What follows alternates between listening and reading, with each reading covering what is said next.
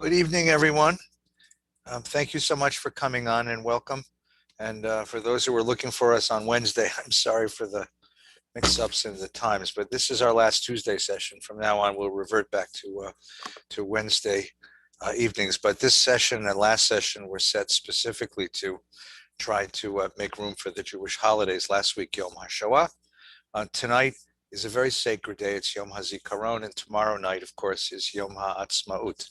So welcome, and we're so glad you're here. Just a word of introduction about Yom HaAtzmaut, Yom HaZikaron, before we begin our learning together. Some years ago, when I was studying in Israel over the summer, I would daven Shabbos with a particular minyan in Jerusalem. It's a minyan made up of a lot of academics, some Americans and others who had made Aliyah. It's a wonderfully liberal religious minyan, a religious service.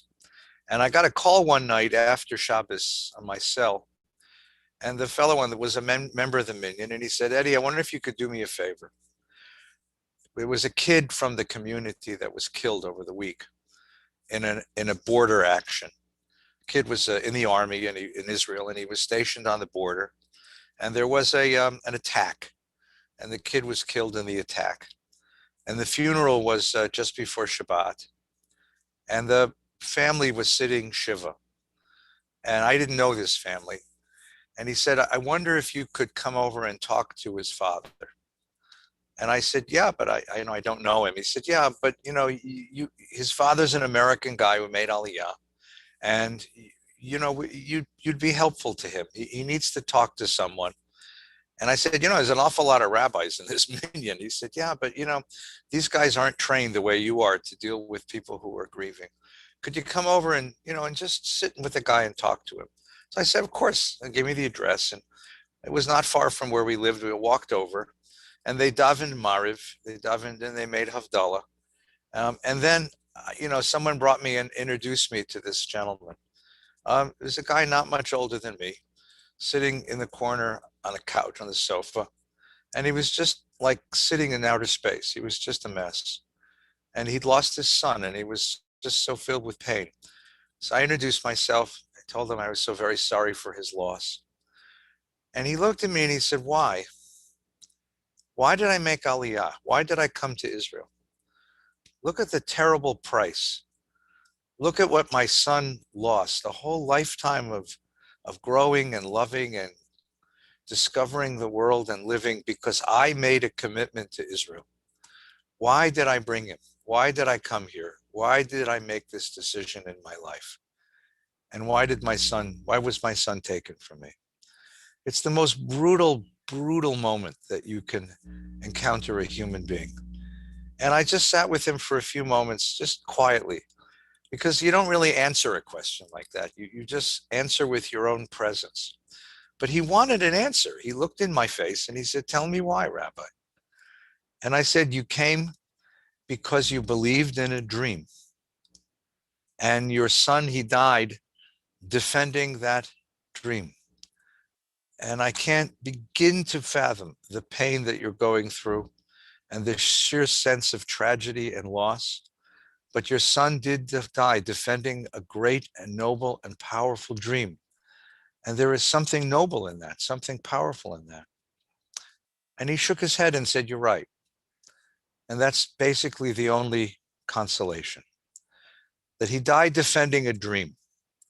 Now, tonight in Israel is a very solemn night, today and tomorrow, because every single family in the state of Israel, in some way or another, has been touched by this.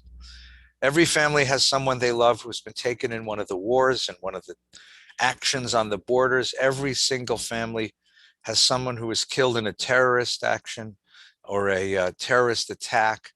Every single family in the state of Israel has been touched. No one is exempt. No one is exempt. And what happens is that this night and tomorrow, everyone goes and visits the cemetery, and there are religious services all through the day. The TV in Israel has one of those Chiron scripts at the bottom with the names of all of those who have died, military and civilians who've died in the wars and struggles for Israel. And they'll show documentaries about some of the outstanding personalities and some of the outstanding moments that these people were taken. And it's a very, very solemn and painful day. And it lasts 24 hours. And then tomorrow night, a siren will sound. And the whole country will switch from sadness to joy, from mourning to celebration. And the beginning of a celebration of the miracle that is in Israel, the miracle of the existence of the state of Israel begins. And that's a very, very joyful time. So I think it's important for us, even though we don't live there, to share a little bit of the grief and a little bit of the solemnity and a little bit of the reverence of this day of Yom HaZikaron in Israel. So if you'll join me for just a moment before we begin our learning together for two prayers, a prayer of memory and then a prayer of hope. El Mole Rachamim Shachen Bamramim Amitzei Menucha Nechana Tachat Kanfei HaShechina B'Ma'alot Kedoshim V'Taharim Kezor Rakia Masrim Et Nishamot Kol Ele Shenaflu B'Milchamot B'Medinat Yisrael U'B'Piguim V'Asonot B'Medina. Kodesh Baruch Hu Yishmor Aleichem, Yishkenu Tachat Kanfei HaShechina B'Shalom B'Shalva B'Zikaron Shel Am Yisrael V'Nomar Amen. May the source of strength and blessing and goodness for the people Israel, a God of compassion and wholeness, carry the souls of all of those who have fallen in the wars of Israel, and all of those who have been taken in terrorist actions, terrorist attacks, and tragedies, and protect them beneath the wings of God's holy presence. May God grant them peace and their families peace. May God grant the state that they fought defending the God-given blessing of peace. And may the ideals that they fought for come to fruition in the days of their families, their children and children's children. Avinu shebashamayim tzur Yisrael v'goalo barech et medinat Yisrael reshit tzmichat gulatenu. Hagein aleh bevrat chesdecha v'ros aleinu sukat shlomecha ufros v'takneim be'etzat tova milfanecha. Chazek yidei miginei eretz kodshenu v'anchilim Eloheinu yeshua v'yateret netzachom ta'atrein v'natata shalom ba'aretz v'simchat olam liyoshveh v'nomar amen. Avinu Shebashamayim, rock and redeemer of the people Israel, bless the state of Israel with its promise of redemption. Shield it with your love, spread over it the shelter of your peace, guide its leaders and advisors with your light and your truth. Help them with your good counsel. Strengthen the hands of those who defend our holy land, deliver them, crown their efforts with triumph. Bless the land with peace and its inhabitants with lasting joy. And together we pray, Amen. Tonight, I'd like to take on what I think is a strange paradox in the life of American Jews. And the paradox I would describe as follows. You can walk into pretty much any synagogue in America and stand up in the middle of the service and declare that you don't believe in God, you don't believe in the truth of Torah, you don't think that the rabbi has much to teach us, and you don't believe in prayer. And the only thing that will happen to you, maybe, is that the people sitting behind you will ask you to sit down and be quiet because they want to hear the bar mitzvah kid. But pretty much if you step into pretty much every synagogue in North America and you declare that the state of Israel should not exist, that the land of Israel should be given to somebody else, to the Palestinians or to somebody else, and that the Jews don't belong in that part of the world, they will kill you with their pocketbooks before you reach the exit, which is such an interesting paradox. The loss of belief in a God above, the loss of belief in prayer, or the veracity of Torah does not disqualify you from membership, rather robust membership, in the people Israel and in the community of Jews in North America. But Israel, and the phrase we like to use is support for Israel, has become that token, that tenet of belief which distinguishes us. That's become consensus pretty much everywhere. Not everywhere, but pretty much everywhere. That has become consensus among American Jews. Now, what's so paradoxical about this are several things. Number one, what's called upon us to do is to support Israel, not live there. When Ben-Gurion first came to America, shortly after the establishment state of Israel, he made a very powerful speech where he said, you people should pack up and come to Israel. And the American Jewish leadership came to him and said, don't say that. That's not going to go. These people are comfortable here in America. You can ask us for support, but don't ask us to move. We ain't going to move. You don't have to live in Israel to support Israel. You don't have to know Hebrew. I mean, frankly, you know, I would have trouble I could give this lecture in Hebrew, but it wouldn't be delicious Hebrew. But if I gave the lecture in Hebrew, most of us wouldn't understand it, because that's not part of the sort of rhythm and essence of our culture. And yet Hebrew is a living language now, and it is the living language of the state of Israel. And people who are verbrent, who are just, verbrent's a Yiddish word, not Hebrew, but you'll excuse me for that. People who are just passionate about their support for Israel don't speak Hebrew, which means they can't share the internal conversations with people in Israel, with Israeli Jews, with Israeli Arabs, with anybody in Israel. You can read Haaretz in English. I do all the time. And you can read Yediot Achronot in English now, and you can read all kinds of things. You can listen to the Israel news in English. But if you don't know the language, you can't really participate in the inner life of this culture. And yet that's not really what is demanded when we say support Israel. Nor, by the way, is understanding its or appreciating its music or its literature. I mean, how many of us know who any one of the top 10 musical artists in Israel are today? Or what films are the most popular films in Israel today? Or what books are on the bestseller list in Hebrew today? Or who the great poets are that Israelis are moved by today? And what's so interesting about this is because we don't speak Hebrew, and because we can't listen in on the internal conversations of Israeli life, you have a really interesting warping of politics. Politics in Israel is very contentious, but the range of political opinion that is acceptable in Israel is much wider than the range of political opinion acceptable in the American Jewish community about Israel.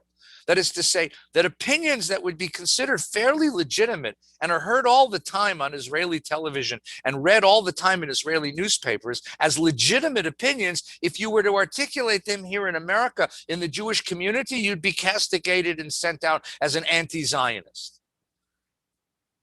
Because if you can't listen in on the internal conversation, you don't really grasp how vociferous and how open and how democratic and how remarkably colorful that conversation is. We support Israel, which means to support it politically by voting in a certain way, and by sending money to certain institutions, and by joining certain organizations. But supporting Israel, I mean, for something that we're that passionate about. And our kids will come to us. And this is where the paradox really comes to be. Our kids will come to us and they'll say, Mom, Pop, why are you so passionate about Israel? Why are you so passionate about Israel? What are you going to say to them? Why Israel? So the typical answer is, well, Israel's our homeland. Which is a sweet thing to say, except that if your kid's bright, your kid's going to say, no, Woodland Hills is our homeland, or Encino is our homeland, or Reseda is our homeland, or Sherman Oaks is our homeland. We only went to Israel on my bar mitzvah, and I only went back as a teenager, and how can it be a homeland if you don't go there? They don't have to live there, but at least go visit once in a while. Then, okay, Israel may not be a homeland, but Israel's a haven. If anything happened to us in America, we would run to Israel. And the kid who's bright is going to say, come on, if Jewish life became untenable in America, do you think Israel would stand a chance of surviving? I mean, come on. He'd say, well, Our history is in Israel. And the kid says, yeah, that's true, but our history is here too. It depends on who our history is. So what do we say to the child? What do we say to the child who asks us the question? It's the wicked child's question at the Seder, but I think it's the most important question you can ask about just about anything Jewish. The kid says, Mazel lachem. What does this mean to you? What does Israel mean to you? What answer would you give that child? Why Israel? What difference does it make? Now, before I get into an answer with you, and I promise you I'll give you an answer to give to the kid, there's a complication. It's a very difficult complication. It's because we have different generational experiences. Those of us who were alive and in the world before 1948 have one set of experiences. Those of us who were alive in the world between 1948 and 1967, or rather, not between 1948 and 1982, rather, with 1967 right in the middle, we have a different set of experiences. And those who came into the world or came of consciousness after 1982 have a very different set of experiences. Now, what's the difference? Those who understand the Holocaust and really feel it as a personal experience have an acute sense of the fragility of Jewish life wherever we are, and understand what it means to have a state where you can go to, because we understand how imminent and how inevitable and how difficult it is to foresee the sort of collapse of Jewish security anywhere in the world, and they feel that. My parents felt that. My parents had a deep and powerful sense of Israel's importance because they had a deep and personal experience of the Shoah. I didn't. I grew up after the Shoah. But I grew up in a time before 1967, before 1982, around 1967, as a teenager. And 1967 proved to us that Israel's still relatively fragile. That an Israel that's fragile is still an experience that I hold dear, because I remember the days leading up to 1967. I remember Abba Eban pleading with the world, not just the United Nations, but the conscience of the world to do something, to not let another 6 million Jews die. I remember the warnings, the begging. I remember all of that. The fragility of the state of Israel, and then the exhilaration afterwards, the complete shift in our sense of ourselves and who we are in the world. I had a poster in my bedroom as a teenager of Moshe Dayan. You remember Moshe Dayan, the general who won the Six-Day War, the guy with the eye patch, the first badass Jew since Judah Maccabee, certainly. I mean, I remember what happened. I used to get beat up in gym class until the Six-Day War. And suddenly after the Six-Day War, the kids in my gym class like respected me and like they feared me. Badass Jews. That was an experience. But see, that colors my experience of Israel, because a fragile Israel is something that I know, but my kids don't. Your kids don't. My kids grew up after 1982. 1982 was the year that Menachem Begin invaded Lebanon. It was the first war that wasn't solely, completely, utterly defensive, sort of discretionary war.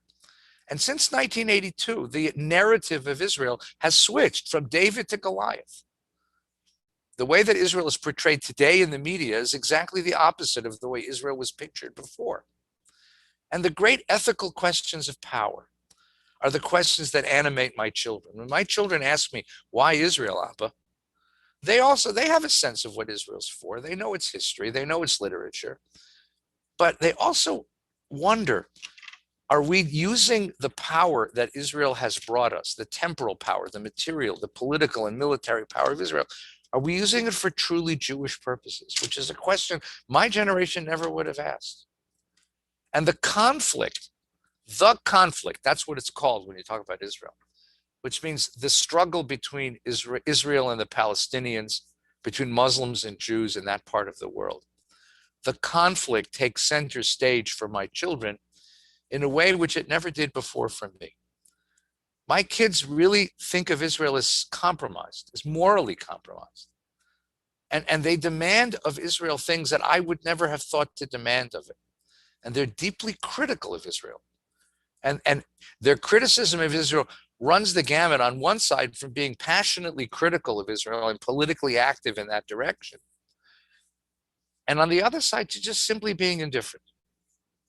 Simply being indifferent. This is, by the way, one of the interesting battles that goes on American college campuses. There is a big war on American college campuses. It's a war for college campuses to stand with this BDS movement, boycott, divestment, sanction. A movement sponsored by those who were pro-Palestinian, as it were, or at least want something for the Palestinians that the Palestinians aren't getting from Israel, and think that they'll force it through boycott, divestment, and sanctions. But really, what it's about is attacking the very body of the state of Israel. Well, the interesting thing isn't that these things are being tried on college campuses, being voted on in student senates and being voted on in academic congresses. And it isn't that there are passionate defenders of Israel pushing back and arguing that BDS is actually anti-Semitism, only dressed up in a modern form. What's interesting is how indifferent most American Jewish college kids are to this. Just simply how indifferent they are, because when they can't sort of sort out what the issues are, their defense is simply to become indifferent. The conflict has now taken center stage. And when the conflict takes center stage, then the argument is no longer, should Israel follow this policy or this policy? Should Israel sponsor a two-state solution? Is a one-state solution more just at this point? Is there any solution that's possible?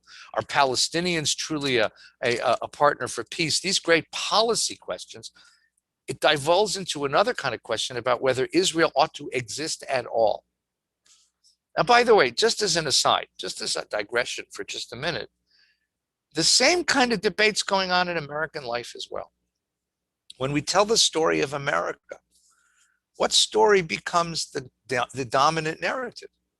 I mean, I went to school in the days when the dominant narrative was, there was this group of refugees from England who were seeking religious freedom, and they got on a boat called the Mayflower and came to America, and they were called the Pilgrims, and the Indians helped save them here, and they had a feast of Thanksgiving. But what's happened since is there's been a revision in the way that we tell that narrative. And now the narrative says, yeah, and then what happened? What happened is they, washed the dishes, said grace, slaughtered the Indians, and stole the continent. And the question is, what's the story of America? Is it the story of expanding liberty and freedom? Is it the story of a place where refugees were welcome and found a haven and safety? Or is it the story of the dispossession of indigenous peoples? The slaughter, the atrocious genocide carried out against indigenous peoples? Is it the story of the enslavement of Africans and the building of an economy on the backs of African slaves and the continued disempowerment of the African American community? What is the story of America? What takes center of our attention when we tell the story? What narrative do we live by? This is a big argument going on in America right now in academic circles and educational circles, but really in American cultural circles. And it's one of the things that divides us rather radically. And the same thing happens in Israel. Can I talk about the miracle of the state of Israel without also talking about the tragedies that were imposed upon Palestinians? Tragedies, more than tragedies, atrocities. So the question is, how do I tell the story? What's the story that I wish to tell? So how are we going to answer this question for our kids? So I want to propose that there are three concepts that we have to put forward first. And then I promise you, I'm going to answer the question. The first concept is peoplehood. To call yourself a Jew, it could mean many different things. But one of the things it always meant to me was to belong to a people, to belong to a people, and to identify with that people. And when I say identify with that people, I mean that there's a sense of an emotional attachment to the life of that people, the history of that people, the fate, the destiny of that people, the cultural expression, the literature, the ethics of that people. Do you feel attached to that people? Because you can't tell the story of Israel without a deep sense of the peoplehood that underlies it. I mean, when I watch the Olympics and a Korean athlete wins a medal and they play his national anthem, or a Swiss athlete wins a medal and they play a national anthem, or an Indian athlete wins a medal and they play a national anthem, that's interesting. But my eyes don't get filled with tears. The only time my eyes get filled with tears is if an Israeli athlete wins a medal and at the Olympics they play Hatikva. And I know Hatikva. I know that it's a Central European folk song. It was written into that symphony, the Moldau. It's nothing Jewish about die, die, die, die, die, die, except the way I sing it. There's nothing Jewish about that. But that's my song. Because those are my people. Because that's my land, because that's my flag, because those are my folks, because the destiny of that people is in some ways deeply tied up with my destiny. Now, peoplehood, that sense of belonging. First of all, it's difficult for Americans. The story is that Woodrow Wilson went to a naturalization ceremony in 1915 or so, and he said to this group of new Americans, don't call yourself German Americans or French Americans or Italian Americans. There's no such thing. You're American Americans, and that's what you deserve to be. But we insist on being a dual thing. We insist on the hyphen. We're Jewish Americans. That is to say that we feel a deep loyalty and love for this country, for America, but we feel a deep love and loyalty and an emotional resonance with the life and the fate of the Jewish people. And if you understand the sense of Jewish peoplehood, you can understand Israel. The other thing that gets in the way is a sort of post-Enlightenment idea that there's something parochial, something too particular, something too narrow about being a member of this people and not being concerned equally for the fate of all people. Yeah, all lives matter, but if you're black and your kid gets pulled over by a cop, black lives matter. So the question is, how do you reconcile those two ideals? There's a very famous story, by the way, that this question was once asked by a member of parliament, asked of Chaim Weizmann, the great English Zionist, became the first president of the state of Israel. And this member of parliament once said, Dr. Weizmann, why are you fighting so hard for this little piece of land in Palestine? We can give you land anywhere in the world. We can give you land in Africa. We can give you land in India and Asia. We'll give you another piece of land. What does this piece of land mean to you so much? And Weizmann, according to the legend, turned to the guy and said, let me ask you something. How come it is that every Sunday you get on a train, ride for 2.5 hours to see your mother who lives in Sussex, when here in London, there's so many little old ladies who live by themselves in apartments? It's your mom. That's our land. This is our people. Peoplehood is the first attachment, and it's a sort of gut attachment. It's hard to imagine how one teaches that except through a very deep emotional identification. But you won't understand Israel unless you have a sense of peoplehood.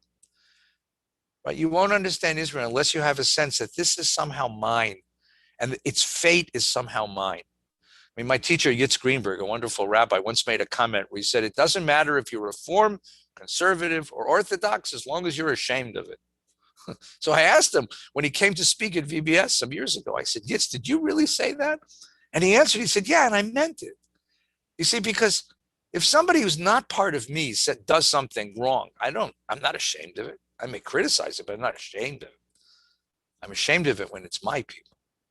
You can be critical of Israel and still have a very deep sense of peoplehood, because those are my people. And when my people err, when my people are immoral, when my people use power in the wrong way, it hurts even more. But peoplehood is the beginning of the conversation. The second concept I'd like to put on the table before we answer the kid's question is the concept of home. Home. A place called home. Now, again, Americans don't have this. Americans have a very weak sense of home. Most of us weren't born in the community in which we live. And if we were born in the community in which we live, we're only the first or second generation, certainly not in California. My wife, Nina, I will tell you a secret. My wife, Nina, is a fifth generation American and a fourth generation Californian. I mean, that's very rare. She was born in Temple Hospital, right? Me, I came from the Holy Land in New Jersey, you know. But most of us came here. We're mobile culture. And we don't have a deep sense of home. But what is home? The African-American writer Ta-Nehisi Coates, in his letter to his son, Between the World and Me, talks about his experience going to Howard University, which is a historical Black university. And he says it's an amazing, amazing experience for him because he'd been raised in an American city, of course, where he was Black, but everybody else was white. He was an exception. He was the outsider. He lived in a Black family, and there were other Black families in his neighborhood, but he always knew that in that environment, he was the exception. But when he got to Howard, here was a community of people who looked like me, whose skin was mine, whose hair was mine, whose eyes were mine, whose music was mine, whose rhythms were mine, whose sensibility was mine, whose culture was mine. He suddenly felt something he'd never felt before. He felt that he belonged. That sense of being in a place where you know you belong, where you feel like I'm not the outsider, I'm not the exception. I'm not I'm not someone on the periphery, but I'm part of the majority, a part of who this place is. I mean, all of us who grew up in America back in the 50s and 60s, like I did, and remembered what happened when the school had a Christmas assembly and the songs we would sing and the songs we wouldn't sing, right? 28 songs about Santa Claus and Jesus in the manger, and one I had a little dreidel. And you knew you were an exception. You knew you were an exception. I went on a Boy Scout camping trip and couldn't eat anything because Boy Scouts don't know from kashrus, you know? And then you go to Israel, and suddenly these little things, it's not the big things, it's the little things. It's the clerk in the supermarket on a Friday afternoon who wishes you Shabbat Shalom. It's the fact that everybody eats sufganiyot in the weeks before Hanukkah. It's these little things that remind you that this is your place where people do things the way that you do them, the way that you do them. That's home. That's home. And the third concept, which is the most important, which we're about to take up in some length, is a concept. In Hebrew, the word is galut. In English, we translate it as exile, but that's not a great word. Galut means to be out of place. Galut means to be out of sorts. Galut means to be diseased, out of your easement. That is the alienation that the Jewish people suffered for so many generations. That Zionism, the movement to return us to our land, that's the alienation that Zionism came to heal. And the interesting thing, and here's the reason why it's hard to answer the question, and here's the reason why, if you read the newspaper, by the way, Israel had its fourth election and maybe on its way to a fifth. It's the way that there's so much divisiveness in Israel, division in Israel. It's because Israel was created to solve the problem of galut, to solve the problem of exile. But what exactly the problem of galut, the problem of exile was open for debate. It was open for debate. And Israel is trying to solve numbers of layers of the condition of the Jewish people and different kinds of problems of the Jewish people. And sometimes those efforts bump into each other. And that's the cause of the division, but it's also the source of the answer to the question that the child has asked us. So what I'd like to take you now is for a little trip backwards in history to meet a few of the fathers, and I wish there were mothers, but in this case, it's just fathers, the fathers of the Zionist dream, because in them, we will find the answer that we want to offer our kids. And in them, you'll begin to understand what Israel is to the Jewish people and what difference it is making. So let's take a look at this, just a page of sources, if you would, with me. Okay, we'll come back to this in a minute. Theodor Herzl, born in Budapest in 1860, moves to Vienna when he's 18 years old, goes to the University of Vienna, takes a law degree, discovers that he doesn't want to be a lawyer. Instead, he's a writer.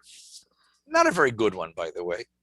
The thing he was really good at is writing travel pieces, little descriptions of the places he'd gone on vacations and the places that the cafes he ate in and the opera that he saw. So Herzl gets himself the ideal job for a writer of light travel pieces.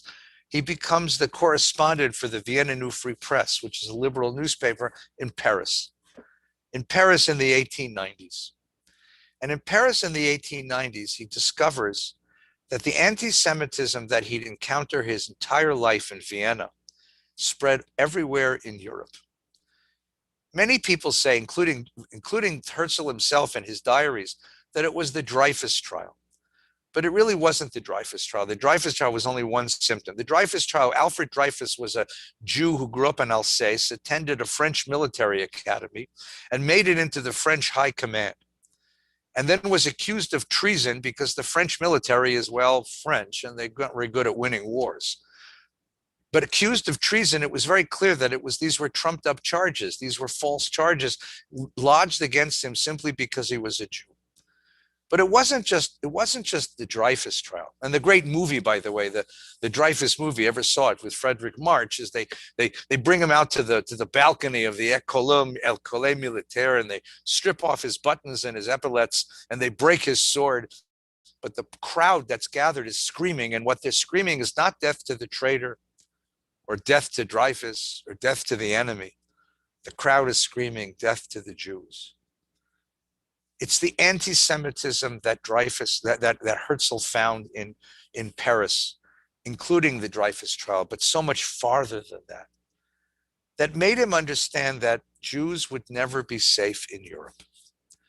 For Herzl, the problem of galut, the problem of exile, is the powerlessness of the Jewish people. We Western European Jews, he said, we wanted to become like everyone else. We wanted to assimilate. We wanted to speak French. We wanted to do business with the French. We wanted to be Germans. We wanted to be Italians. We wanted to be British. We wanted to be Czech. We wanted to be like everybody else, but you won't let us. Because anti-Semitism had morphed into a racial theory. That's why it's called anti-Semitism. Because anti-Semitism saw us as foreigners to our biological core. And we could never find a safe place in European society, no matter how sophisticated Europe became.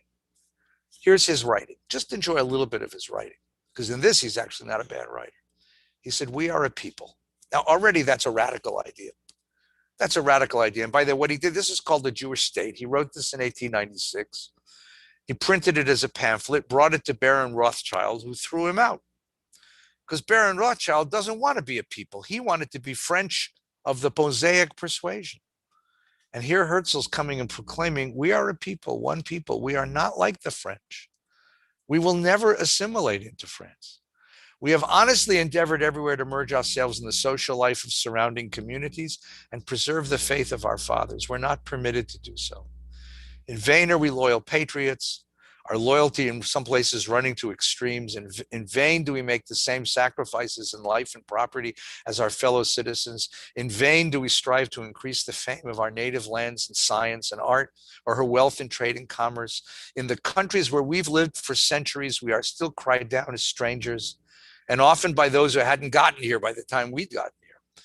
The majority decide who are the strangers, for this is every point which arises in the relation between nations is a question of might. I'm not giving up on my claim to justice, but in the world as it is, might precedes right. It is useless. It is useless for us to be loyal patriots. Herzl so wanted to be a European. He so wanted to be identified as a German, as an Austrian. He so wanted to be identified as a cultured cosmopolitan European, but the Europeans wouldn't let him. Wherever he went and whatever he did, and he knew this was true for every Jew, we would always be the odd person out. We'd always be excluded. We would never be welcome. We would never be given equal rights. We would never be accepted in social circles. We would never have a place, because this is a matter of power. And if you don't have power, you can't find your place into European society. The only way to do it, he said, is to have a nation of ourselves, a state, a country. Because once we had a country, then the Germans would recognize that we Jews are citizens of the Jewish country. and could recognize us as Germans recognize citizens of other countries. Germans respect French people, more or less. French respect English people, more or less. English people respect Italians, Italians respect Czechs, Czechs respect Poles. You can respect the people of another nation, but if you have this people living among you who speaks your language, who practices your culture, but is not you, who are you? You have no identity. You have no respect. Herzl was, in that sense, Herzl was completely assimilationist. But he was worried about the safety, the physical safety of Jews in Europe, and fought so hard to find us a place. So what is Galut for Herzl? It is a place where we are safe. It is a place where we can come. And in that sense, that haven argument is not exactly wrong. After all, what happened after the war? What would happen after World War II if Israel didn't exist? Where would the millions of Jewish refugees from Europe have gone? Where would the thousands and thousands of Jewish refugees from Arab lands had gone? Who would have been there to save Jews of Ethiopia or Jews of Yemen? These were all saved by the state of Israel. It's one of the remarkable things about the state of Israel, is its capacity to absorb outsiders, to absorb refugees and welcome them in. I mean, and not just Jewish, by the way. Menachem Begin, in his very first act in 1977, when he became prime minister, his very first act was to save Vietnamese boat people and brought them to Israel and settled them in Tel Aviv, which is why there's some decent Vietnamese restaurants in Tel Aviv. Because the very first thing is we know from being a refugee, you can't leave people on the ocean with no place to go. Now the problem is difficult because Israel right now has 60,000 African refugees and doesn't know what to do with them. But this is part of who we are. So the first answer to the question, the answer that Herzl gave, was that Israel exists to be a place to rescue a people that has no respect, that has no place in the world. Now, he didn't know about America. And right now, about half of the Jewish, there's 85% of Jews in the world today live either in America or North America or in Israel. But this is a place where Jews are welcome and can find a home and be safe. And the difference between living in a world where that's true and living in a world where that isn't the truth is the difference between 1939 and 1948. That difference is remarkable. Let's take a look at a second one. In 1905 rather, it says 1903, I think it's 1905 is a better date. At the beginning of the 20th century, there was a tremendous sense of optimism. That a century of science, a century of technology, a century of progress, that was the word, progress, would bring a change in human relations, a change in world politics, a change in the way the world was. And then to the shock of the world, there was a brutal pogrom in the city of Kishinev, which is the capital of Moldavia. A brutal pogrom. It happened on Easter. It started with a blood libel.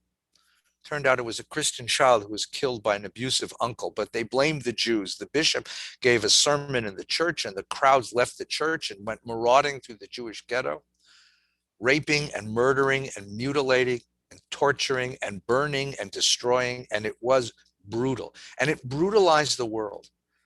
The story made the front page of the New York Times. It brutalized the world. Chaim Nachman Bialik was a Lithuanian yeshiva student who moved to Odessa to join the Zionist movement and was the best writer in Hebrew in the world at the time, because there weren't many at the time. And he was a member of the Zionist Club of Odessa, and the Zionist Club of Odessa sent him to Kishinev to report on the pogrom. And he came back and he wrote a poem. It's an epically long poem. I took out just a few lines from it. And this is a reasonably good translation. Not a great, but a reasonably good translation, called City of Slaughter. And here's what he does. The poem starts out and it sounds just like a Jewish martyrology. It sounds like the poem Ela Eskara that we read on Yom Kippur about how the Romans tortured and destroyed the rabbis of the first and second century. It sounds like a medieval story of how the Crusaders destroyed communities in the Rhineland. He starts out by describing the brutality of the rioting Russians, the rioting Moldavians against the Jews of Kishinev. And then he turns his gaze. He turns away from the rioters. He turns away from the attackers. He turns away from their brutal violence and looks the other direction. And here's what he writes in Hebrew. So this is internal Jewish document, secret internal Jewish document. Arise now and go to the city of slaughter. Into its courtyards wind your way. There, with your own hand touch and with the eyes of your head, behold on tree, on stone, on fence, on mural clay, the splattered blood and dried brains of the dead.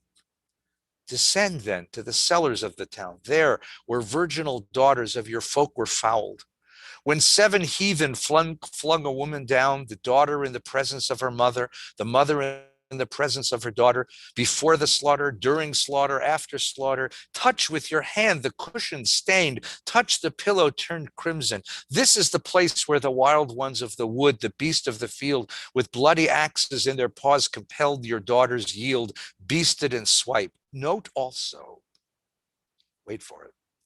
Note also, and do not fail to note, in that dark corner, behind that cask, crouched husbands, bridegrooms, brothers, peering from the cracks, watching the sacred bodies struggling underneath the bestial breath, stifled in filth and swallowing their blood, watching from the darkness and its mesh, the lecherous rabble portioning for booty, their kindred and their flesh.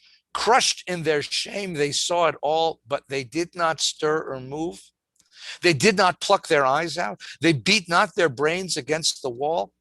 Perhaps each watcher had it in his heart to pray, a miracle, O Lord, and spare my skin this day. Those who survived the foulness from their blood awoke, beheld their life polluted, the light of the world gone out. How did the menfolk bear it? How did they bear the yoke? They crawled forth from their holes. They fled to the house of the Lord. They offered thanks to him, the sweet benedictory word. The Kohanim sallied forth to the rabbi's house. They flitted. Tell me, Rabbi, tell me, is my own wife permitted? The matter ends and nothing more, and all is as it was before. What bothered Bialik? The fact that Russians came to rape and murder Jews? We knew that story already. This was no surprise, even though it was the 20th century. This was no surprise. But what tortured him, what tore his heart out, was that the men of the Kishinev ghetto didn't fight back. They didn't fight back. They watched their daughters raped. They watched their mothers befouled. They watched their wives, and they didn't fight back. Why didn't they fight back? Why did they hide and simply pray? And then at the end, what happens? What could they do at the end? Did they tear their clothes and cast themselves on the ground in mourning? No, they go to the rabbi with a halachic question. In halacha, a man may not have sexual relations with his wife if she's had relations with another man, even if she's been raped. So the question is she permitted me? That's how you respond? And then that damning last line, all as it was before. We clean it up and go on. Bialik asks a question. It's so many ways, it's a more painful question even than Herzl's. What bothered Herzl was that the non-Jewish world wouldn't accept us. What Bialik asks is, what has Galut done to us? What have we lost in these generations and generations of material powerlessness? We've lost the fundamental human dignity, the fundamental human impulse to protect our own, the fundamental human impulse to be responsible, to protect our children, our wives, our mothers, to protect. We've lost that quality of masculinity to protect our families. We've become so weak. But we've internalized our weakness. We've internalized our impotence. We've internalized our powerlessness. It's become our identity. We've become almost proud of it.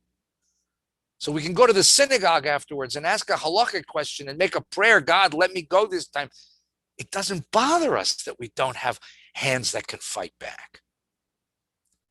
Now, I'm going to understand something here. It's very important.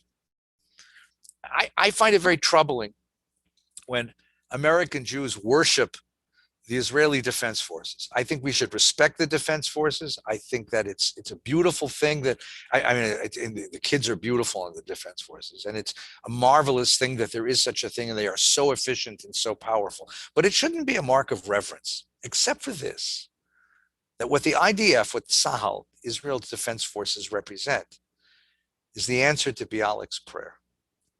To be able to stand up and say, we will protect ourselves. We will not let this happen again.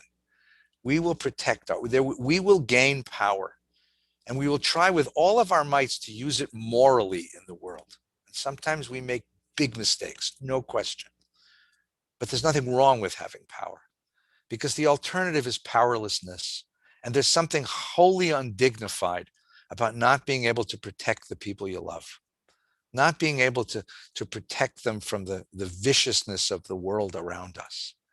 And in that sense, Israel's defense forces and the ability of a Jew to be proud in the world that we can now protect ourselves, not that we should be belligerent, not that we should be warlike, not that we should be militaristic, not that we should be, I took down the poster of Moshe Dayan after the 73 war, but because there's something, it gives us back an element of the humanity that galut, that exile, took away from us.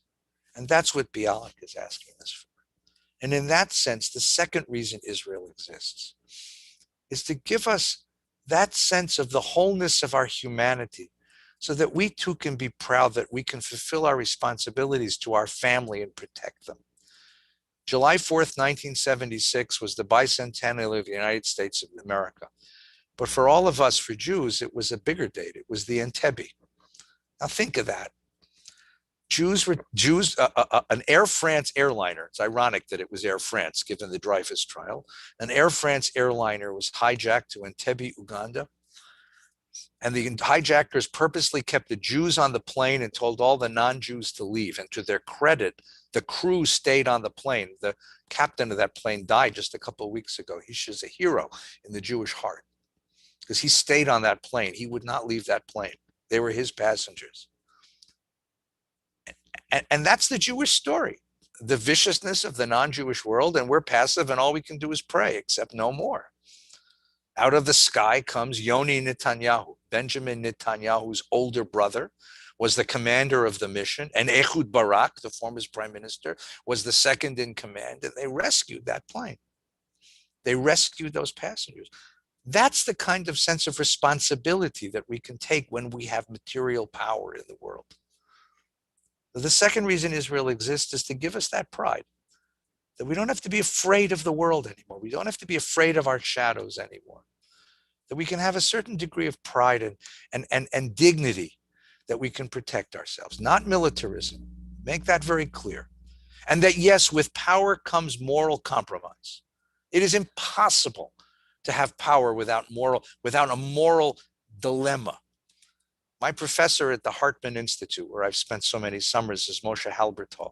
A beautiful mind, a great mind.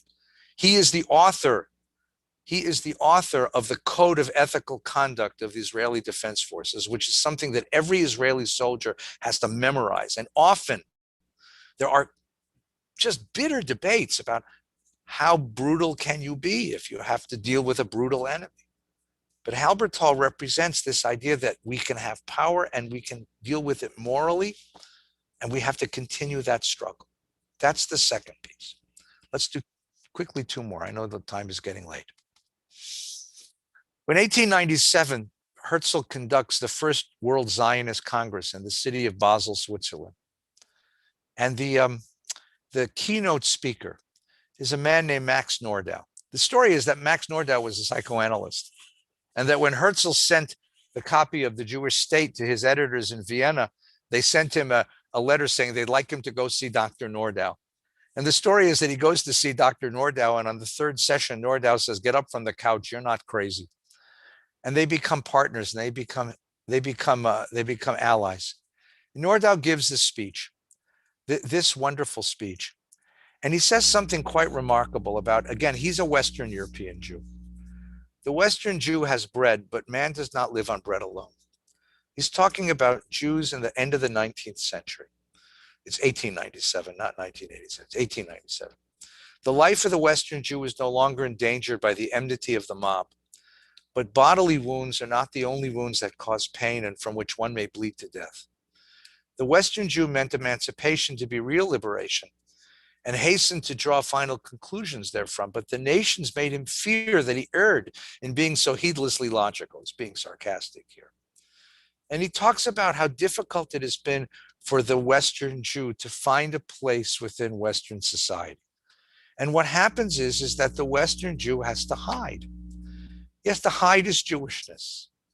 I mean, the best example of this, I think, is my dear friend Herschel Fox. Cantor Fox has so many really funny jokes about Jews who change their names in order to try to find a place in the non-Jewish society, right? The famous joke of the UJA campaign, the Federation campaign kicks out a name, and the two best solicitors go visit this very rich man in his beautiful mansion, and he comes in the library in an ascot and a smoking jacket with a snifter of brandy, and he says, "Gentlemen, my name is Throckmorton Montgomery IV, and I assure you I am not a Jew.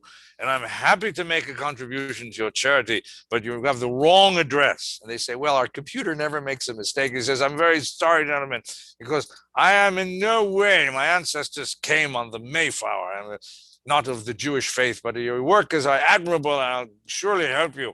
And they keep pushing him. And finally he says, "Gentlemen, for the last time, my name is Throckmorton Montgomery IV. And my father, Oliver Sholem, Throckmorton Montgomery III, nor my Zeta, Throckmorton Montgomery II, none of us were Jews." I mean, the idea that you have to hide. And what does it do to you? Nordau, the psychoanalyst, asks, what's the psychological costs of being an outsider in Western European culture? And he says that sense of being inauthentic, having nowhere where you can let your hair down and be yourself, having nowhere where you feel at home, is a psychological disease that will eventually take its toll on the Jewish people.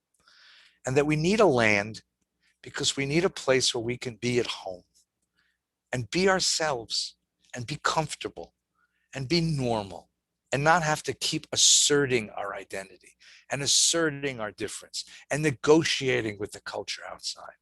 It's a psychological sense of galut. But the last one I want to give you, I think, is the most significant. And it's my favorite too. And that's Achad Ha'am. Now, Achad Ha'am is the pen name of a man named Asher Tzvi Ginsburg, who lived in Russia, was an Ilui. He was a genius Talmud student in yeshiva. And then he outgrew the Jewish culture that he was part of and started reading, and he taught himself 7 European languages and read everything. And became a Zionist because he had an understanding of something called culture. And he looks at the Jewish people and he says, something is sick in the life of the Jewish people. He writes an essay called The People of the Book, which is something we're normally proud of, but not him. He says, a people of the book, unlike a normal people, is a slave to the book. That people has surrendered its soul to the written word. The book ceases to be what it should be, a source of ever new inspiration and moral strength. On the contrary, its function in life is to weaken and finally to crush all spontaneity of action and emotion till we become wholly dependent on the written word and incapable of responding to any stimulus in nature or human life without its permission or approval. We must revitalize the idea of a national renaissance. And here's what he talks about. In another essay he writes, it is not only the Jews who have come out of the ghetto, who have to come out of the ghetto. Judaism has to come out. And what he says is very simple. A healthy culture has 2 characteristics. Number 1, it deals with the totality of life. Jewish culture in Galut, outside of Jewish culture in diaspora, has never been able to deal with the totality of life. Totality of life was covered by the larger society. The advantage of having a Jewish country is very simple. You have to figure out the Jewish way to pick up the garbage. You have to figure out the Jewish way of running a healthcare system. Yes, you have to figure out the Jewish way of running an army. You have to figure out the Jewish way of policing. You have to figure out a Jewish way of running an economy. You keep telling us, says Ahad Ha'am, that Jewish culture, that Jewish ethics are powerful. You've spent 2,000 years in exile perfecting Jewish ethics. Good, prove it. Show me a society which is ethically more sensitive, morally more advanced, humane in its treatment of minorities, sensitive in its treatment of the environment. Show me a culture, show me how your Jewish culture works, not when it's in books like the Talmud, but when it's for real. That's the great challenge of a country. That's what Judaism needs. It needs to be exposed to all of the problems and issues of contemporary life and let it develop. And the second thing it needs to do is have an open conversation with outside cultures. You see, as long as we're a ghetto people, we only talk to ourselves. And if you talk to yourselves, you can't learn anything from the outside world, nor can you contribute anything to the outside world. But it's only when we have a deep sense of inner security as a culture that we can truly open up the cognitive borders, the cultural borders of our people and engage in a conversation. So he wanted an opera company. He moved to Tel Aviv, by the way, worked for the school district. He wanted an opera company. Let's see what Jewish art looks like. A Jewish art museum. What's Jewish art? What is Jewish opera? What is Jewish theater? What is Jewish film? What is Jewish literature? The culture of the state of Israel is really the great creation of the vision of Ahad Ha'am. And the greatest thing of all is the language of Hebrew, which was basically a dead language. It was a literary language that nobody spoke in the world until the end of the 19th century. But his great student, Eliezer ben Yehuda, is single-handedly brought this language back into the world, which is why Hebrew is so important, because it's an ancient language resurrected. It's a symbol of what Israel has done. Now, here we get the conflict, the real conflict that's at the heart of Jewish life. And the real conflict at the heart of Jewish life is this. Herzl's idea is that we need power, and Bialik's idea is we need power to defend ourselves against a brutal world. And we won't lie down and die in front of that brutality anymore. No more.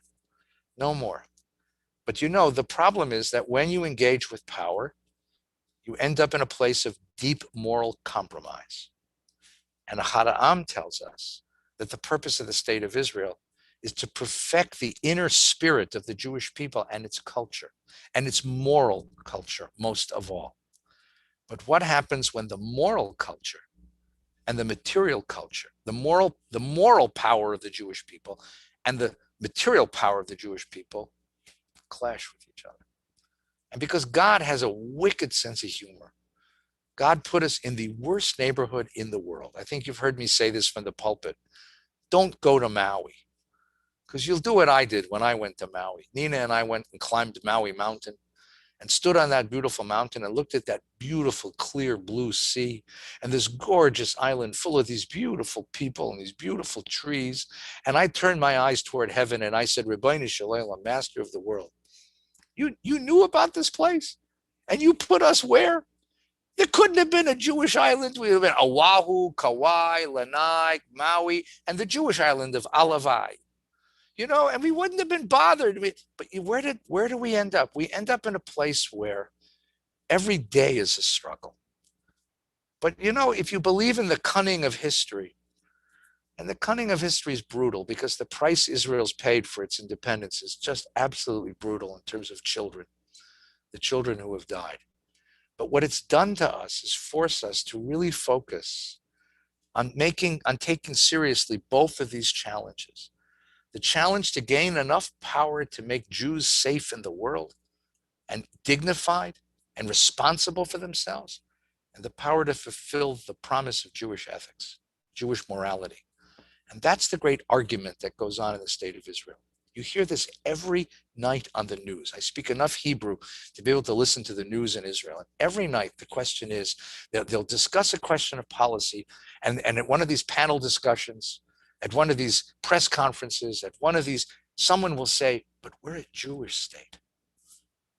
Is this what a Jewish state ought to be doing? And that really is the great dilemma. That really is the great dilemma. So the answer when your child says, why do you care about Israel? The answer is because it's given us back all the things that 2,000 years of exile and a Holocaust have taken away. It's given us back our pride, our dignity, the opportunity to be reborn as a culture in the world, the opportunity to live as free people, even here in America, not to be afraid because Israel exists. It's given us that inner sense of security and pride, which can't be described. But the dilemma is a very real dilemma. How to fulfill the promise of Herzl and the promise of Achad Ha'am, the promise of material power and the promise of moral power. One more source, and then I'll let you go. The poet Yehuda Amichai, who came to Israel from Germany in the 1930s and settled in Jerusalem, and is sort of the poet laureate of Israel, and has written beautiful poetry. His poetry is written in relatively simple Hebrew, so it's accessible, and it's wonderful poetry. And I want to read a poem. And those of you who have been with me on trips to Israel, you had to memorize this poem, because this is one of my favorite pieces of poetry that tells you one more reason why Israel is extraordinary. This from a man who lived in it. He died in 2000, but his legacy is so very powerful. And it's a letter to us, to you and me who come and visit Israel on bar mitzvah trips and on federation missions and on synagogue groups. It's called Tourists. Visits of condolence is all we get from them. They squat at the Holocaust Memorial, put on grave faces at the Wailing Wall, and then they laugh behind heavy curtains in their hotels. They have their pictures taken with our famous dead at Rachel's tomb and Herzl's tomb on top of Ammunition Hill. Ammunition Hill is the 1967 war memorial. They weep over our sweet boys and lust over our tough girls and hang up their underwear to dry quickly in cool blue bathrooms. That's so far. He says, this is an Israeli looking at a tour bus going by, and he says, all they do is come to look at dead people. All they do is come. And then this is his little vignette at the end. This is the poem. Once I sat on the steps by a gate at David's Tower. That's right outside the walls of the old city. I placed my 2 heavy baskets at my side. A group of tourists was standing around their guide, and I became their target marker. You see the man with the baskets? Just right of his head, there's an arch from the Roman period. Just right of his head. But he's moving. He's moving. I said to myself, redemption will only come when their guide tells them, you see that arch from the Roman period? It's not important. But next to it, left and down a bit, there sits a man who's bought fruit and vegetables for his family. What is Amichai's idea? And what does Amichai say? Yes, the land is filled with history, but history is largely graves and tombs. And if you go to the land and all you see is history and graves and tombs, you're missing the point.